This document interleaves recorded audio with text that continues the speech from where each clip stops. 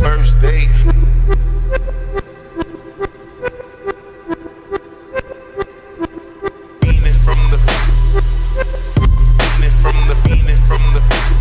Pretty motherfucker with the first date.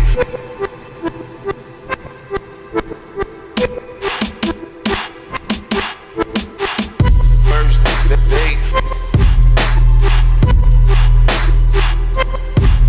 From the first date.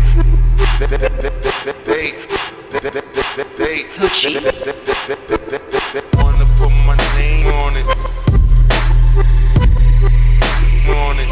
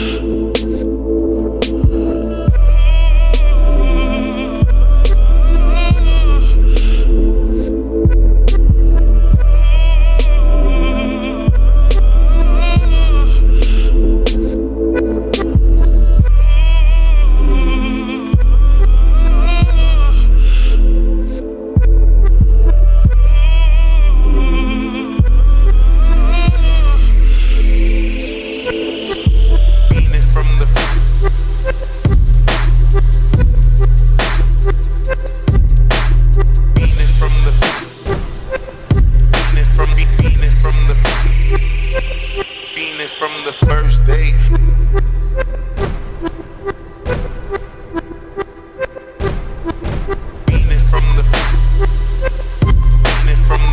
From the pretty motherfucker with the first date.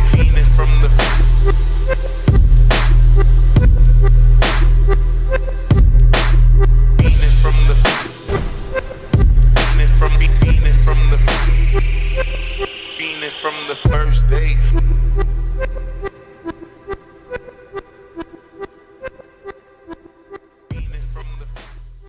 Before we start this video, I just want to give a huge shout out to my homie Jules. She helped theorycraft the build. She helped test a whole bunch of sets as well as help me farm for the gear. So a big shout out to her. She will be in the description below.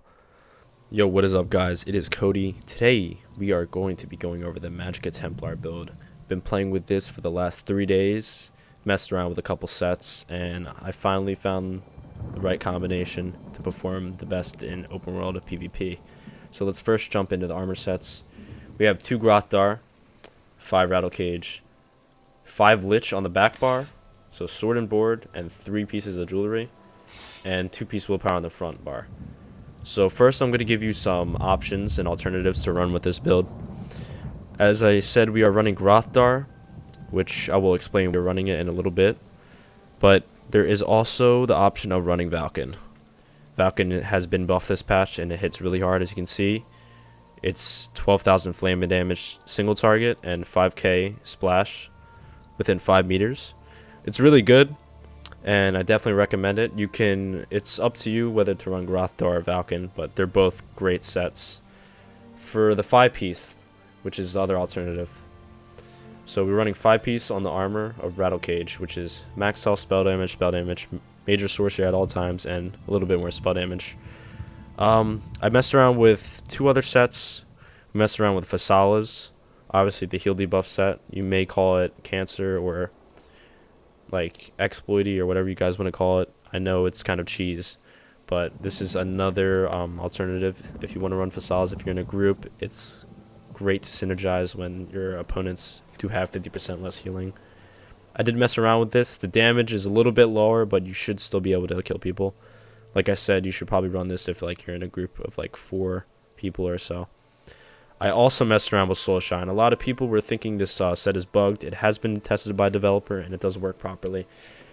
There's just little to no difference on the jab damage, just because jabs puncturing sweeps in general is just, it doesn't scale really good with spell damage or max magicka, just because it's like a low tooltip. Like it's 1k. It's gonna be around 1k no matter what, puncturing sweep. So like it's not gonna get buffed by a lot. But I messed around with Soulshine, and it does buff Radiant a pretty good amount.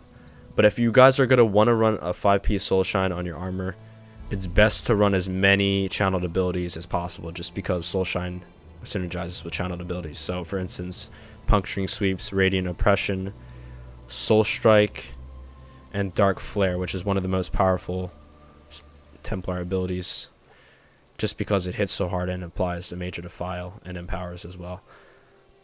So you can see this is like a 15,000 tooltip, and we're only in Rattle Cage. So this is definitely an option. You can mess around with the skills on the front and back bar and try to fit Dark Flare somewhere. But if you're going to run like a Dark Flare, Radiant, Jabs, Soul Salt, then I definitely run Soul Shine. But you guys can mess around with that.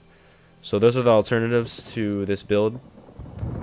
We are running 5 Lich, all regen, and I will get into that in one moment.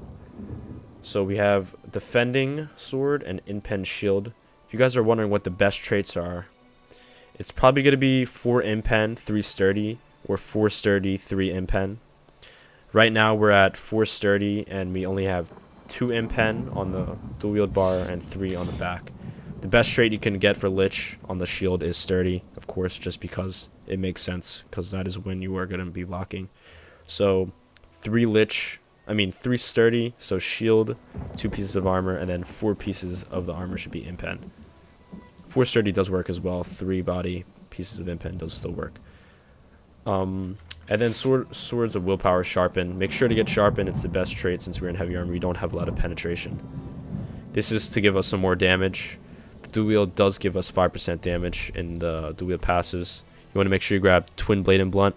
Each sword increases your damage done by 2.5%. So having 2 swords gives us 5% damage total. You don't really need this. I just grabbed this just because my light attacks will hit slightly higher, but it doesn't really give that much damage anyways. The enchants have increased spell damage and increased spell and reduced spell resist, so basically a little bit more pen. You can run the same glyph, it doesn't really matter. I just decided this was a good mix match. On the back bar I just have this glyph. It doesn't really matter, you're not going to be proccing this that often. It's more of your healing defensive bar. The best trait for the sword would probably be with this defending, powered or precise. I'd probably say powered defending is the best traits you can get. Precise is also good because more crit heals equals more heals and less time on defense, of course. So yeah, that is all for the armor. The reason I run all 3 regen is because we are running Thief. We are in heavy armor, and it's great to have a decent amount of crit. Heavy armor builds do not get crit. You lose crit because you aren't wearing light armor anymore, and you do get spell crit for wearing 5 pieces of light. So we gain that back with Thief, but then we lose sustain, so we add the regens.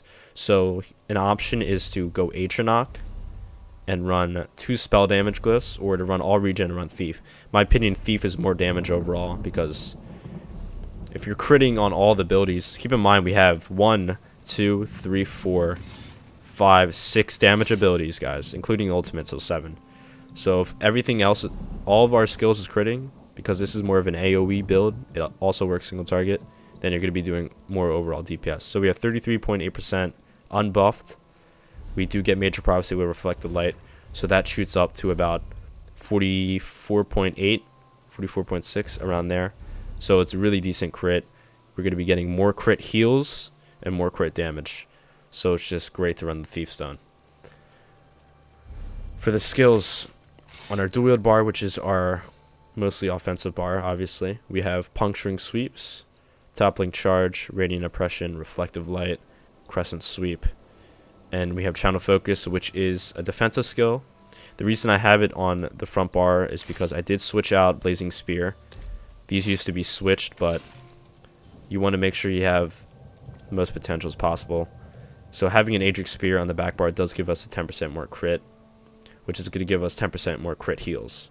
So that means our Breath of Life are going to be stronger. Also, I did find it more reliable to be on the Sword and Board bar because it's a stun and it's an AoE. We're mostly using it for the stun and AoE.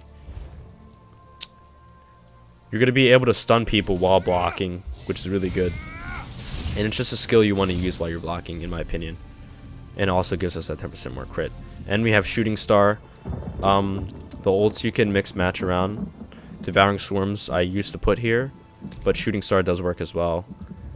But for like the actual build, I think you should go Devouring Swarm, but it's optional, it's preference. So the back bar we have Blazing Spear, Repentance, Mist, Ritual Retribution, and Breath of Life. The reason I went with this morph is purely for the AOE damage it gives. It deals 1600 every 2 seconds, but it's usually taking on our front bar, so it's 1800 every 2 seconds, so it's going to add with the AOE.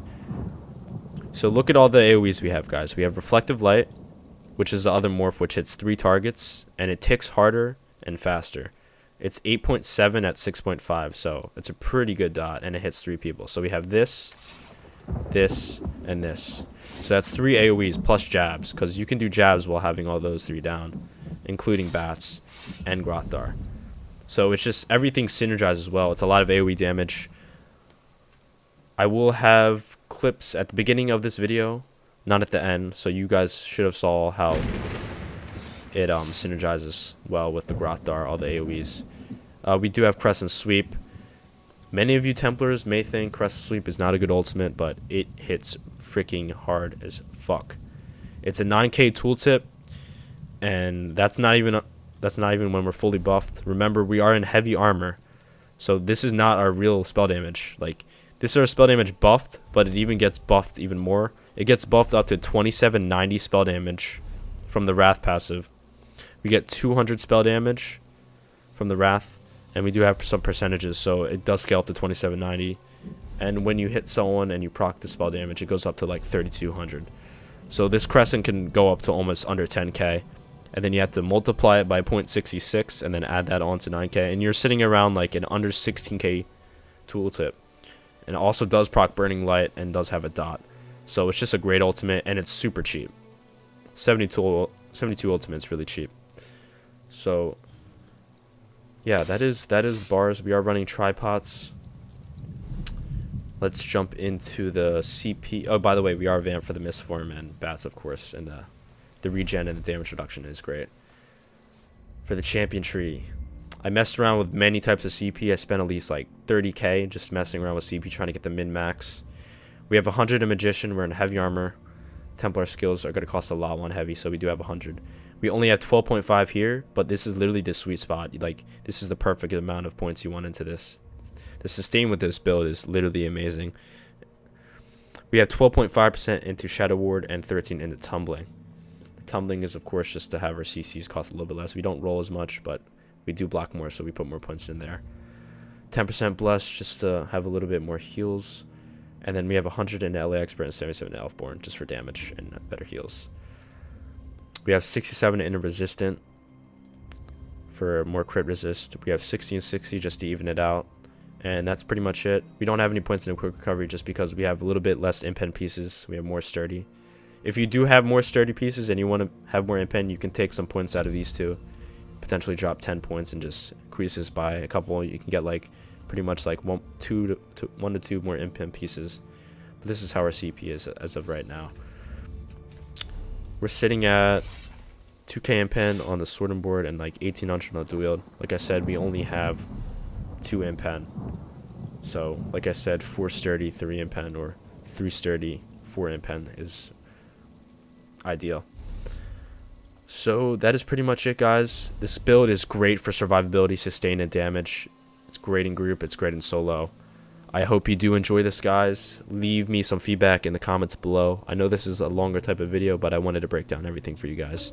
So peace out, everyone. Hope you enjoyed.